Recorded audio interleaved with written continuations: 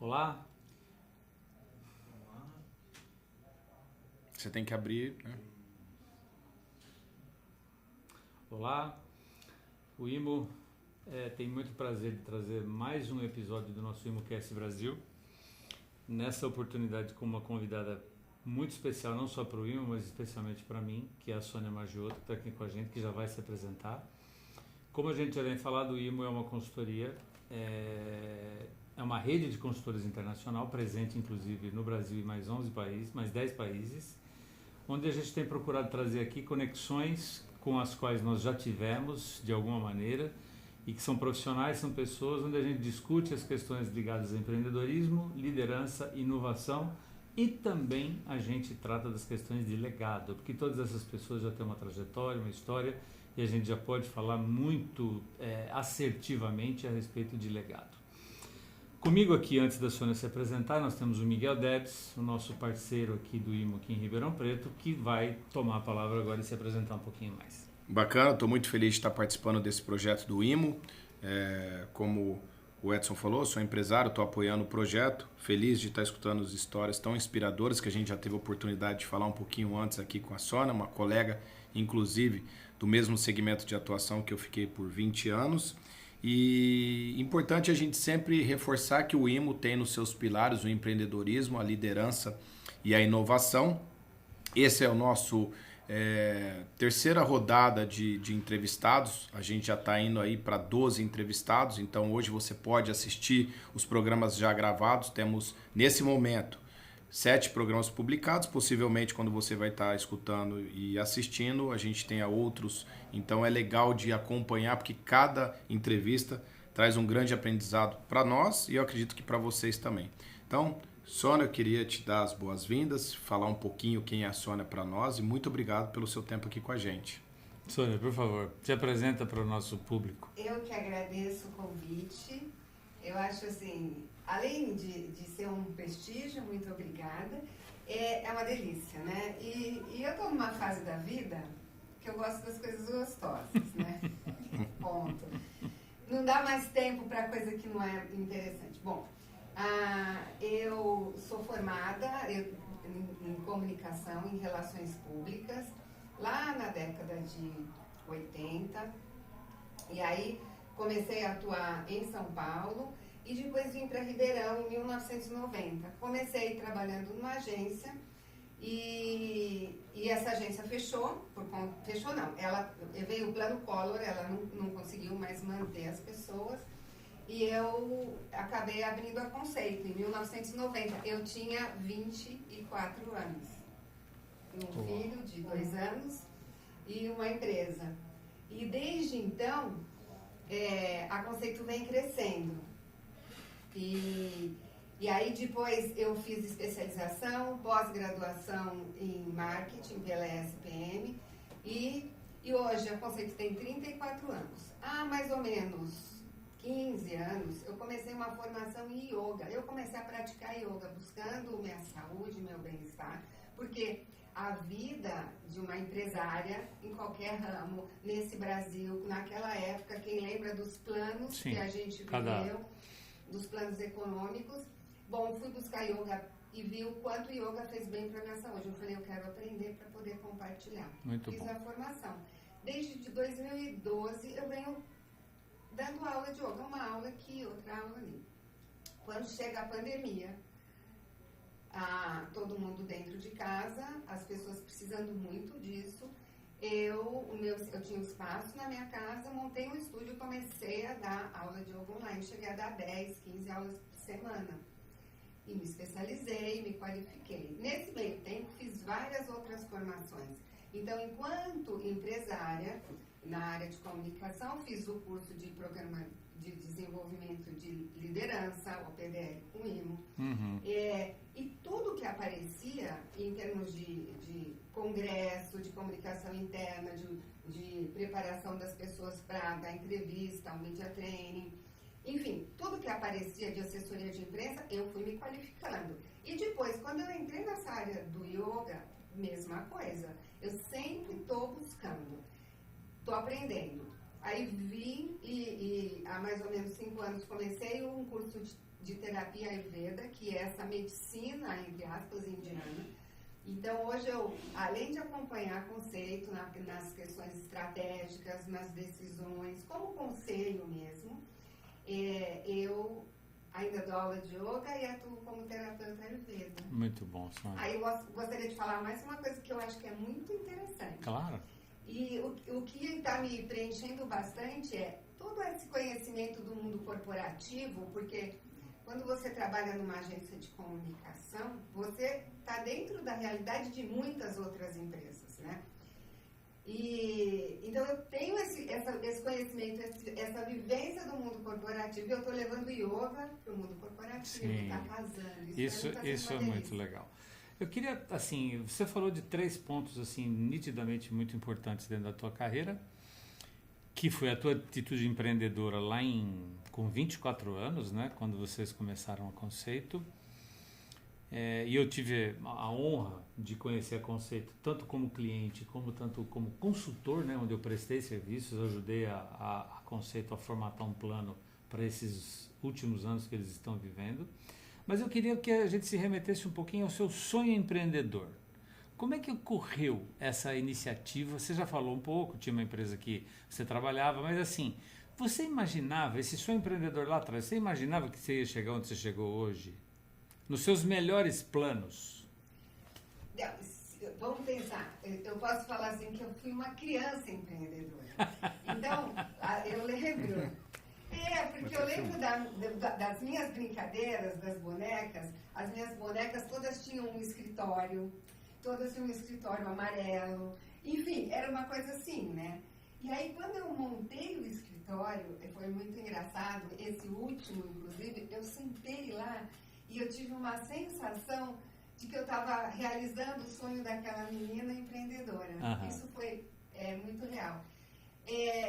Eu tenho muitas ideias, eu sou muito criativa. Então, o fato de eu poder empreender, o empreendedorismo, para mim, é espaço para eu expandir as minhas ideias. Entendi. Porque eu tenho muita ideia e eu tenho muita energia. Tá. Né? E a conexão do teu trabalho, especificamente na Conceito, sem a gente falar do yoga ainda, mas o teu trabalho do Conceito é exatamente essa questão de conectar boas ideias de outros empreendedores que estão querendo buscar um espaço para se mostrar de uma maneira organizada. É nesse sentido que a Conceito tem ajudado os clientes corporativos. Exatamente, né? Eu acho que o primeiro passo para qualquer negócio é a gente poder entender esse cliente, né? E isso também a gente aprende e a gente treina, que é o ouvido, né? Uhum. O ouvir, o entender, o ouvir para entender, não só para responder ou para agir, né? Então, isso é importante. E aí a Conceito pega a história de cada cliente que ou quer uma divulgação, ou quer um relacionamento diferente com outras pessoas, ou quer um network diferente, enfim, quer um evento, e desenvolve uma solução criativa dentro de relações públicas, né? Que é legal a gente entender o que é relações públicas. Sim, acho né? que essa distinção é bem legal. Porque relações públicas é um termo, às vezes, pouco aprofundado. Então, essa public relations, né, é a gente estabelecer estratégias de comunicação com grupos específicos. Então, ao mesmo tempo que a gente fala de propaganda, que fala com a grande massa, com os meios de comunicação de massa, a Relações Públicas trabalha com os meios de comunicação dirigida. Uhum. Então, a gente trabalha com grupos específicos e de uma forma mais aprofundada. Sim. Sônia, uma coisa que eu acho muito interessante, e vocês navegam nessa seara de uma maneira muito positiva também, é que assim, o fenômeno de comunicação mudou muito nos últimos anos com o advento da internet, das mídias sociais, enfim, essa coisa toda, né? Tanto para o bem quanto para o mal. Vamos falar assim, se é que a gente pode falar desse jeito, né? Hoje em dia, a gente vê uma série de pessoas postando conteúdo, mas a gente não vê exatamente na média do que a gente vê aí uma preocupação em como fazer isso, em conteúdo. Qual é a tua visão a respeito disso e como é que você procura levar os seus clientes a verem isso de uma maneira diferente?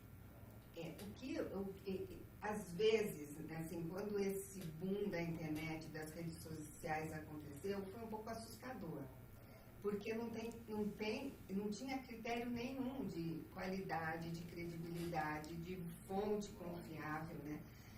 E aí, os profissionais de comunicação também se preocuparam. A imprensa ficou muito preocupada, né? Quer dizer, agora todo mundo posta tudo vira notícia. Não é bem assim, né?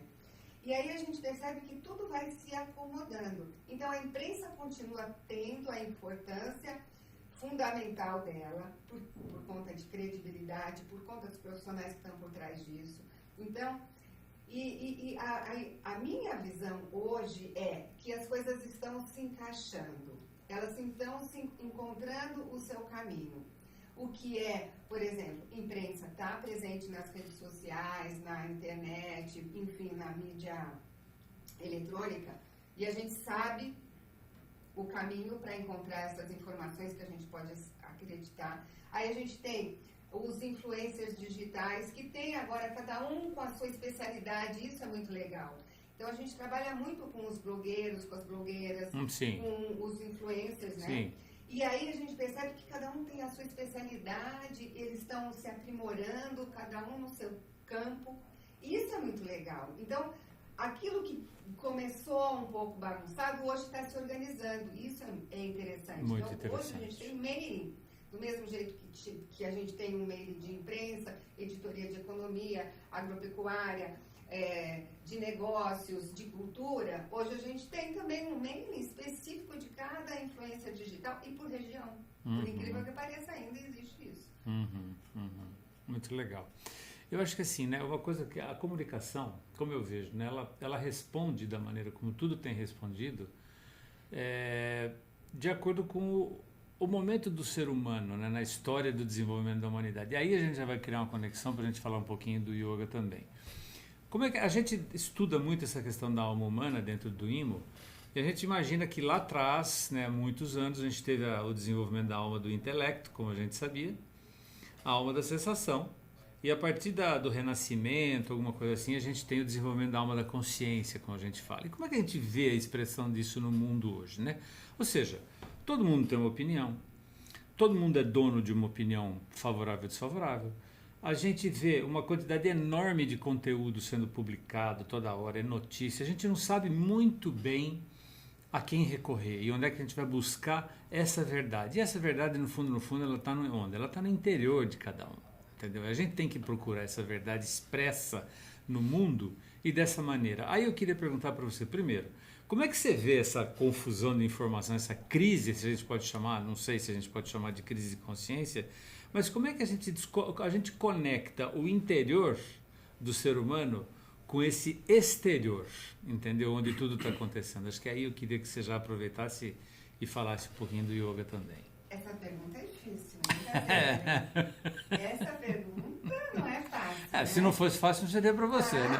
Obrigada. Então, o que eu enxergo, né? Eu acho que sim, o mundo, né? A sociedade e esse mundo de informações, esse mundo de estímulos para todos os nossos sentidos, né?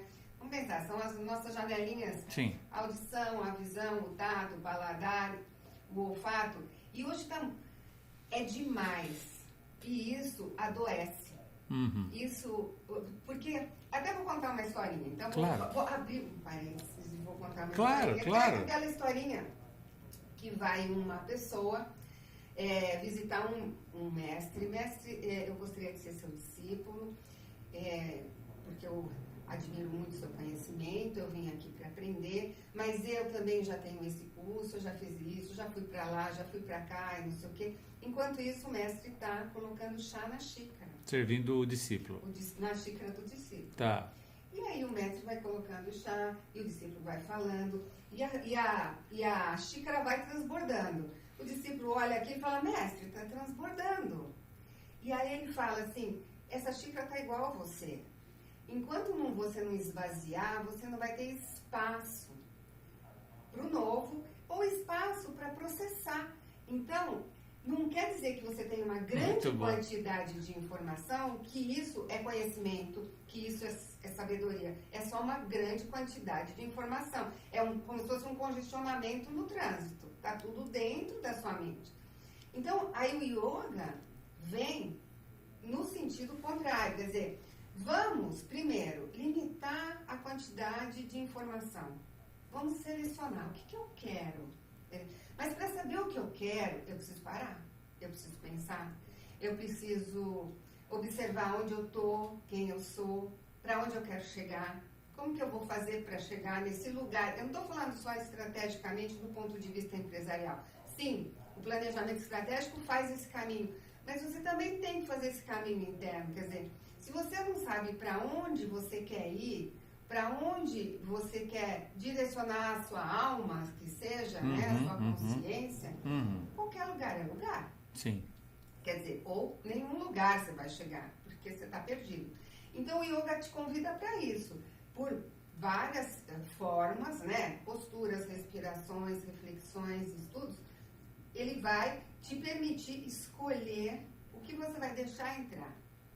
Você começa a puxar as rédeas disso. E não é essa avalanche, porque é uma avalanche. Você começa a perceber a informação de todo lado. Isso só te atrapalha. Só atrapalha. E tem muito essa questão também de todo mundo querendo te acionar, né? Na questão do marketing, na questão de venda, todo mundo quer vender, precisa negociar. Então, até existe um estudo que mostra que o ser humano, desde o momento que ele acorda e vai dormir, ele é impactado por 4, 5 mil marcas, todo mundo gritando para tomar, te chamando essa atenção. E uma coisa que você falou que é bem interessante é, fazendo uma reflexão do que existia, você não tinha informação de nada. E de repente hoje você tem informação de tudo. E se não faz o que você está trazendo aqui, você não sabendo que tipo de informação você está querendo buscar e o motivo disso num propósito, você vai estar consumindo tudo, toda hora, pode ler diversos livros, como você usou o exemplo aqui do discípulo, vai te trazendo informação, mas no final você fala, poxa, será que eu preciso de tudo isso? E aí eu vejo a sua clareza na questão do yoga, desculpa que você já trouxe para nós a pronúncia correta, o Edson aqui não pegou, aí eu faço esse papel, aí tá vendo, yoga, Edson, né, cara, a gente até o final eu aprendo. E como que ele entrou na sua vida? Que momento que foi? Você já estava na Conceito? Foi antes e depois você se despertou? Você disse também na questão da pandemia. A pandemia, eu acho que se você olhar para um outro olhar, para mim pelo menos, me transformou também, que foi no momento pós-pandemia que eu tomei a decisão de sair da agência, na qual fiquei 20 anos na área de comunicação. Então, como que foi esse caminho da yoga na sua construção como Sônia? Que momento que ele começou a te tocar e depois ele te despertou? Na verdade, o yoga começou na minha falta de saúde. Quer dizer, eu lá por volta dos 30 e poucos, eu comecei a ter uma asma, né, problemas respiratórios. E aí eu tinha 2 filhos, uma empresa e toda essa pressão, né? E aí o yoga veio e me transformou, minha saúde mudou. E foi exatamente isso. Eu falei, eu preciso conhecer mais. E comecei a praticar, fazer um curso. E quando eu me formei, a minha professora, que me deu a formação, falou, você quer vir dar aula aqui? E eu comecei a dar aula lá. 2 vezes por semana, no começo da manhã e no final do dia. Então não impactava na minha rotina. Dava tudo certo. E isso foi crescendo, né? E eu continuei fazendo os cursos de final de semana e até o momento que em 2013 eu fui a primeira vez à Índia. Tá. Aí 2013 a sua primeira ida. 2013 eu fui a primeira vez para a Índia, também com um grupo de professores. E que é essa coisa que o seu caminho está aberto, é só você abrir os olhos para enxergar. Mas para isso você precisa ter silêncio para ouvir, né? A gente fala assim que o mundo precisa de silêncio para a gente poder ouvir as coisas e para ouvir até a nossa mente, a nossa alma, né? Bom, enfim, acabei indo para a Índia com um grupo de professores de yoga e a partir daí eu já fui 5 vezes, né? 2013, 2015, 2019, 2020, 2022. E tem uma agora, né? E agora, que a gente vai falar daqui a pouco. Mas eu queria explorar só um pouquinho para entender, nesse momento seu, que você estava com a questão da saúde aflorando aí, quem que te sinalizou a yoga? Você lembra? É assim, não, eu lembro, claro que eu lembro. Fui fazer uma trilha lá com as famílias da Escola Waldorf, meu filho estudava na Escola Waldorf, e aí foi um grupo de pais, um grupo de famílias, né? As crianças e os pais, vamos fazer uma trilha lá na São João Batista do Glória, na Canastra. Ah, que lindo. E tinha um professor de yoga que estava fazendo guia. E eu lá, falsa diária, aquela coisa, não sei o que. Daí ele falou do yoga. Ele só falou. É incrível, né? Sim. Eu guardei aquilo. Eu cheguei em Ribeirão, na mesma semana, veio uma amiga e falou assim, nossa, eu vou começar yoga com uma professora. Olha o universo. É assim, mas você tem que ouvir. Tem que ouvir. É isso, porque o universo está sempre nos mostrando o caminho. E aí eu fui lá falar com essa professora, mas eu não tinha horário, imagina, eu abri a bolsa. Aí ela falou, eu vou abrir uma turma na hora do almoço. Era pra mim e mais uma na hora do almoço. E eu comecei a fazer yoga ali. E na primeira aula você já falou, é isso? E, na verdade, foi no segundo mês, porque eu comecei a fazer os exames de acompanhamento da saúde. Em 2 meses, eu senti uma diferença incrível, registrado os meus exames de sangue. Que legal. Eu falei, não, esse negócio é mágico, né? Além de ser uma delícia. Porque você sabe que eu gosto de coisa gostosa. Sim, sim. A gente conversou muito disso, né? E aí, daí quando surgiu o curso de formação aqui, eu já fui atrás. Aliás, é uma coisa que vocês... É um traço comum que eu vejo em vocês também, que eu preciso ver lá. Primeiro, ambos trabalharam... Você ainda trabalha e o Miguel já trabalhou muito com a área de comunicação também, né? E vocês têm, assim... Você tem no yoga uma atividade muito central na sua vida, e o Miguel tem hoje também uma atividade muito central na vida dele, uma atividade esportiva, que eu até queria que você falasse um pouco para a gente botar esse assunto na mesa aí, Claro. para a gente poder... Porque Fala um pouquinho aí, Miguel. Eu treino jiu-jitsu há 30 anos, né? E treino até hoje. Meu Começou último treino garotão. foi na segunda, comecei com 18 anos na faculdade. Em alguns momentos ele fez mais sentido para mim como esporte, e hoje eu tenho a clareza que ele é uma ferramenta muito importante para mim, para minha saúde física e principalmente mental. Eu escutei recentemente Fernando Reis, na qual eu estou me desenvolvendo para o bem, e na entrevista ele falou, o jiu-jitsu é uma meditação, porque na hora que você está treinando, você não consegue pensar em mais nada a não ser da luta e da sobrevivência com o seu oponente, porque se você pensar num boleto, você precisar num problema da sua empresa, ali você pode se machucar. Então você tem a presença ali. E aquilo assim me despertou, que acho que puxou os 30 anos de jiu-jitsu. Falei, nossa, eu nunca tinha visto por esse lado. E eu, sem ter essa consciência, em alguns momentos falava para os meus amigos do jiu-jitsu, falava, nossa, eu acabei de ter uma manhã a milhões aqui, porque comunicação é isso, né? E eu ficava ainda na área do atendimento. Então imagina o nosso cliente com os nossos criativos, eu ali no meio, na briga, muitas vezes de ego com o artista, porque eu até brinco, eu falo, imagina você pegar o Leonardo da Vinci e falar, não, a Mona Lisa, não faz ela morena não, vamos fazer ela loira, o cabelo cacheado e com o olho azul. Ele vai falar o quê pra mim? Aí do outro lado tem um cliente que tá pagando, então imagina onde a gente tá nessa situação. E aí eu ia, treinava, tomava aquele banho gelado pós-treino, eu falava, sumiu. Passou. Então, assim, para mim isso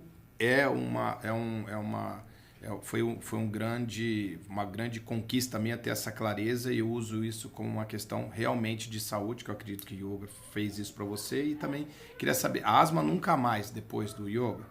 Não, nunca mais não. Por quê? Porque eu vim estudar Ayurveda, né? Sim. E a gente vai entendendo também de onde vem todas essas questões de saúde e como lidar com isso. Se você puder explicar um pouquinho o equilíbrio. Que é o equilíbrio. O Ayurveda? É. O Ayurveda, ele é um conhecimento milenar. A gente está falando, talvez antes do yoga, a gente está falando de 7, 8 mil anos atrás. Que veio a gente não fala que é indiano, mas chegou para a humanidade por meio da Índia. Sim. Tá? Porque é de todo mundo. E olha para o ser humano de acordo com a natureza. Então, tudo na natureza tem a composição dos 5 elementos. E dependendo da forma como esses 5 elementos estão combinados em você, você tem o seu biotipo, você tem o seu, cada um tem o seu. Sim. Então, a forma de a gente trazer um equilíbrio para cada um é de acordo com o seu biotipo. Então, nunca eu vou falar para você ou para você, os dois estão com dor de cabeça. A sua dor de cabeça tem uma solução e a sua dor de cabeça tem outra solução. Porque são duas pessoas diferentes. Então, isso é muito legal. E o Ayurveda também, e o Yoga está integrado nisso, Sim. né? E olha para isso que você agora nesse momento vai perceber isso, que a causa de todos os desequilíbrios, a causa principal é o emocional. Tá. Então, se a gente cuida da presença, seja uma prática de jiu-jitsu, seja uma prática de yoga, enfim, cada um tem a sua, pode ser uma caminhada. Cuida da presença. Faz a sua gestão mental, emocional, você cuida da sua saúde física. Sim, sim, né? sim. É bem isso. Eu queria aproveitar, Vai lá, porque a gente já estava falando aqui da questão de presença, para quem está nos ouvindo. O que você poderia dar, assim, uma dica, num primeiro momento, de presença, né? Porque eu tenho visto muito isso atualmente na minha vida, e tem as questões dos sestênios, da evolução, de eu estar mais presente, porque essa loucura do dia a dia, ou você está pensando muito no futuro, ou você fica remoendo o passado, e o presente é o mais importante. Mas, a partir dessa consciência, você consegue trazer essa clareza para nós, como o pessoal que está nos assistindo tem essa busca, esse entendimento? Sim. Tenho certeza. Não, sabe qual que é o principal exercício para você trazer a presença? Isso vale para todo mundo, leva para sua vida, leva para a vida, que é o seguinte: para e respira. Simplesmente fecha seus olhos e acompanha a sua respiração. Sente o ar entrando pelas narinas, passando pela garganta, chegando ao pulmão. E depois o ar saindo dos pulmões, passando pela garganta e depois passando pelas narinas. O fato de você fazer isso algumas vezes te traz a presença. A respiração é um instrumento de presença. As sensações físicas, elas são instrumentos de presença. Então, por exemplo, agora nessa empresa que eu estou oferecendo o yoga para as pessoas, eu fui fazer então uma apresentação para a liderança, na academia de liderança deles. E aí, a gente chamou de yoga para descompressão. O que é yoga para descompressão? É trazer, eu dei vários exercícios, várias propostas, mas uma delas era sentar, fechar seus olhos e sentir. Sente os dedos dos seus pés em contato com a meia ou com a sandália. Sente as suas pernas. Sente o quadril apoiado. Vai sentindo o seu corpo. Quando você toma consciência do seu corpo, não existe mais passado nem futuro. Só existe o que realmente existe, que é o presente. Porque se a gente parar para pensar, o passado já passou. Sim. E o futuro também Não chegou ainda, então, né? A gente só tem o presente. Isso é saúde. É muito legal. Ô, Sônia, você sabe que teve um período aí, não muito recente, que eu tive a oportunidade de fazer aqui na USP em Ribeirão, aquelas 2 disciplinas do Kalia, de Mindfulness. E um dos livros que ele sugeriu que a gente lesse era de uma pessoa do Google que chama Shad Mentang. Que o Shad é considerado a pessoa que levou isso para dentro do Google. Ele falava o seguinte: olha, a meditação ela é muito completa, ela é muito tudo isso, mas assim, se você tiver que fazer uma meditação por dia, foca na sua respiração, foca no momento atual, que é isso que vai te trazer paz, vai te trazer... E eu tenho procurado seguir isso muito, até na minha atitude para trabalhar com líderes, trabalhar com outras pessoas. Muitas vezes você tem que procurar o seu eixo primeiro, para depois você poder emprestar alguma coisa para o outro, ou dar alguma coisa para o outro, né? Nessa questão de líder, de liderança, assim, eu imagino que o seu estilo de liderança, vamos dizer, ele vem se transformando, porque todos nós nos transformamos ao longo da nossa vida, né? Mas qual é a sua principal característica como líder, desde que você começou lá atrás até hoje, e principalmente assim, como é que as pessoas reconhecem essa atitude de liderança em você, na sua visão? Tá, então, conforme você foi falando isso, já me veio lá atrás. Eu reconheço. Um momento. Fica à vontade. Fica tranquilo. Aproveita e mostra bem a nossa logo na câmera. Aliás, observem que caneca linda com essa aquarela. E dentro ela é azul. Azul, exato. Realmente muito bonita. A liderança, eu acho que ela passa por autoridade de conhecimento. Então, lá no começo, quer dizer, eu tive uma formação em comunicação muito sólida. E eu sempre fui muito estudiosa. Sim. E sempre, quer dizer, todos os congressos que existiam, eu participava. Então, eu vou dizer assim, só tinha eu do interior de São Paulo em muitos congressos que eu ia para São Paulo, eu estudava. Então, isso me trouxe uma liderança fundamentada na minha autoridade de conhecimento do negócio, né? Mas existe uma coisa em mim, que daí é da minha constituição, que eu tenho uma coisa de cuidadora mesmo, né? Eu sou cuidadora, não adianta. Então, a minha liderança, depois que passei também pelo PDL, né, do IMO, isso também ampliou muito a minha visão de entender as pessoas, de reconhecer as diferenças, de valorizar as diferenças. E isso também complementou. E hoje, lendo um livro que chama Amor Radical, eu estou lendo esse livro, eu percebo que o que faz diferença na liderança hoje é o amor, porque muito bom. O amor é uma palavra que pode ser piegas, pode ser clichê, mas vamos na essência dele, né? Quando você faz alguma coisa que sai do seu coração e que você faz com a sua verdade, não dá errado. Sim. Só pode dar certo. E se você é transparente nessa relação com as pessoas, elas sabem disso. Sim. E elas têm espaço para isso. E é isso que eu estou, então, tentando reforçar nessa equipe que já está bem fortalecida. Inclusive, a gente está estudando um livro que chama Coragem para Liderar. Você me deu, inclusive, né? Tem que agradecer. Que traz todo esse olhar, né? Esse olhar de a gente... Primeiro, que eu acho que a gente estava conversando lá fora, né? A gente tem que estar bem com a gente mesmo.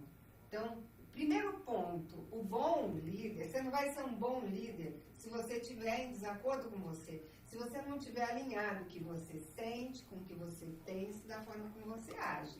Tá aí o conhecimento da antroposofia. Então, a partir do momento que você está alinhado, que você cuida de você, você vai poder cuidar do outro. Do outro. Muito bom. Esse é um ponto importantíssimo. Eu até comentei agora há pouco, né, numa outra entrevista com o Samuel Passalaco, dessa questão da gente, né, das habilidades nossas do interpessoal e do intrapessoal, né, de dentro nosso e com o outro. Então, como você acabou de dizer, a gente tem que estar bem com a gente mesmo e a gente tem que saber dialogar, e é o que falta muito.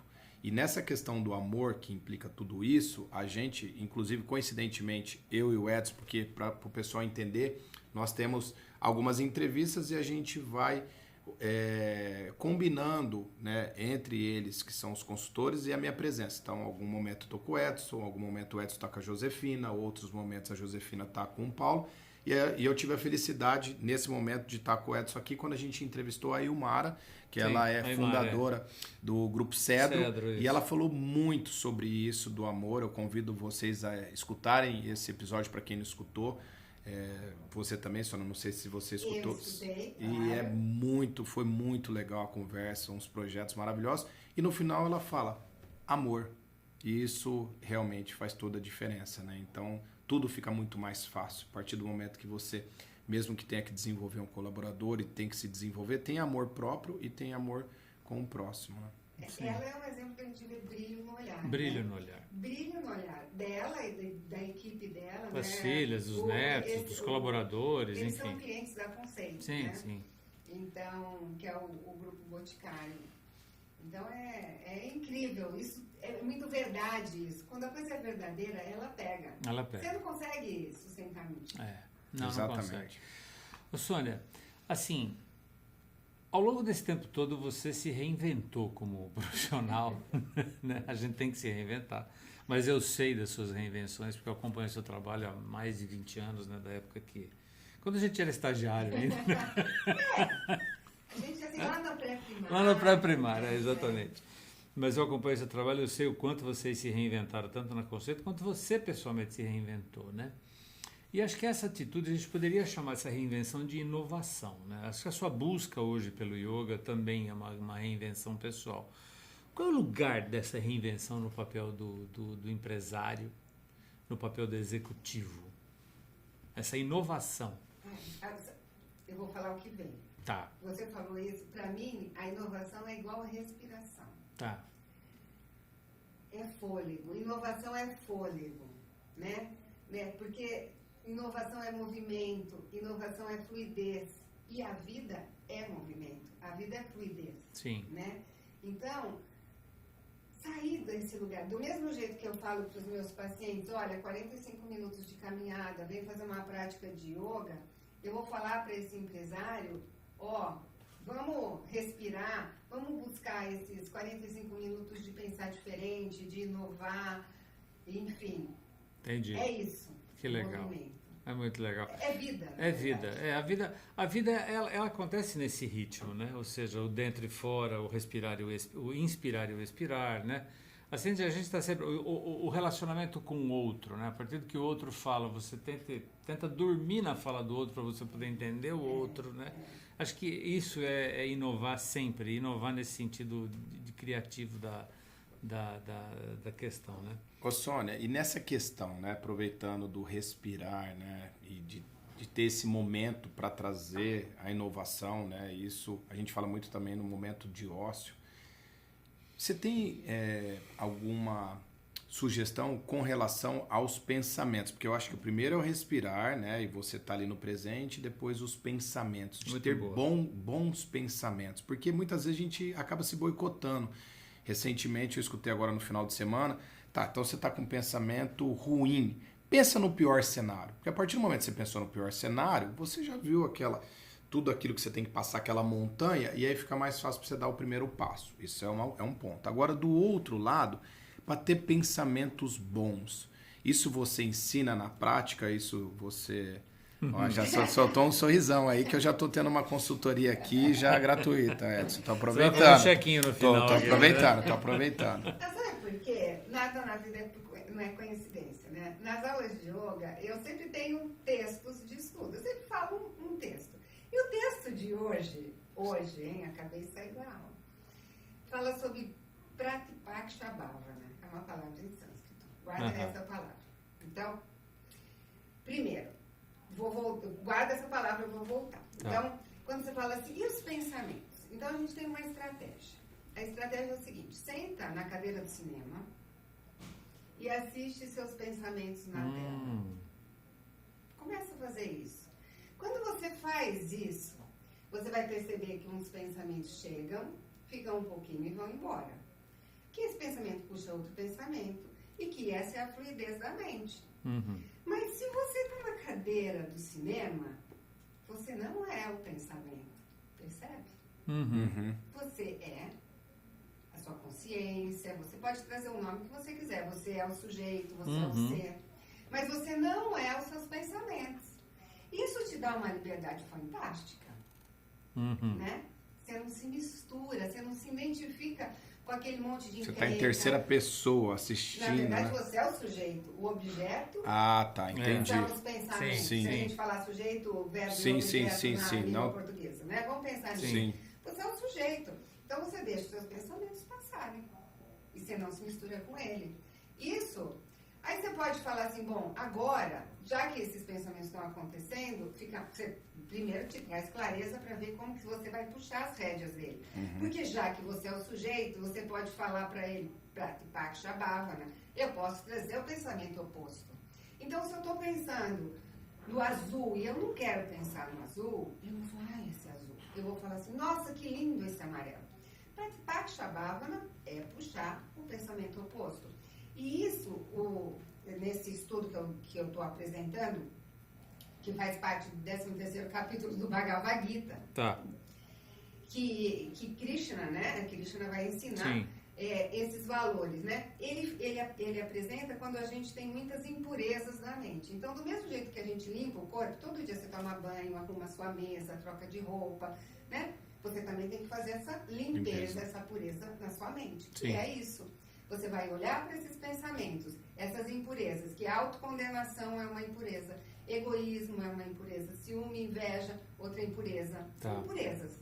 E a gente vai com esse pensamento oposto, que é treino. E ele próprio fala, pode parecer forçação, mas treina.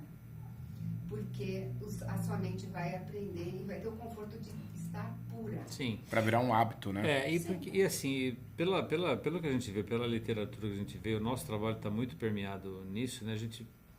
o IMO traz muito essa questão da liberdade no centro do seu trabalho, né? E onde a gente de fato é livre, é só no pensamento, né? Assim, é a partir dos pensamentos livres e puros que a gente consegue ter uma projeção mais retilínea a respeito de para onde você quer ir, o que você quer sentir, o que você quer evitar, entendeu? Ou seja, o pensamento ele é central para nós, mas infelizmente, a gente vive tão contaminado por muita coisa, né, que isso entra na gente, a gente precisa ter esse domínio que não é simples. Trazer, né? o sujeito. Trazer o sujeito. Trazer as rédeas. Você deixa de ser vítima de tudo isso. Sim, você fala assim, peraí, Sim. isso eu quero, isso eu não quero. Sim, muito bom, muito bom. Ô Sônia, esse é um papo delicioso, né? Assim, aliás, eu falei para ela, quando eu liguei para a Sônia para convidá-la para estar aqui conosco, e a gente falou assim, Sônia, isso tudo tem que ser gostoso, né? E ela falou, olha, Caseiro, eu só faço coisa que eu gosto hoje em dia, entendeu? Então isso é uma coisa, é um momento de liberdade muito bom que a gente deve se dar na vida, né? Mas essa conversa ela poderia se estender aqui por horas, eu acho, mas infelizmente a gente não tem esse tempo todo. Mas eu queria que nesse momento você dá uma sintetizada assim, que mensagem a Sônia já deixou e que mensagem a Sônia quer deixar para o mundo, assim, sabe? Puxa vida, essa foi difícil. Não, o que eu deixei, eu acho que o que eu deixei, o que eu deixo é comprometimento e verdade. Tá.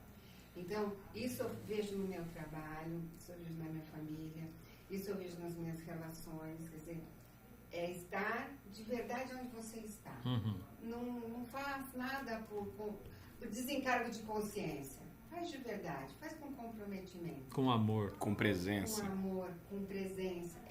Eu acho que isso eu estou trazendo.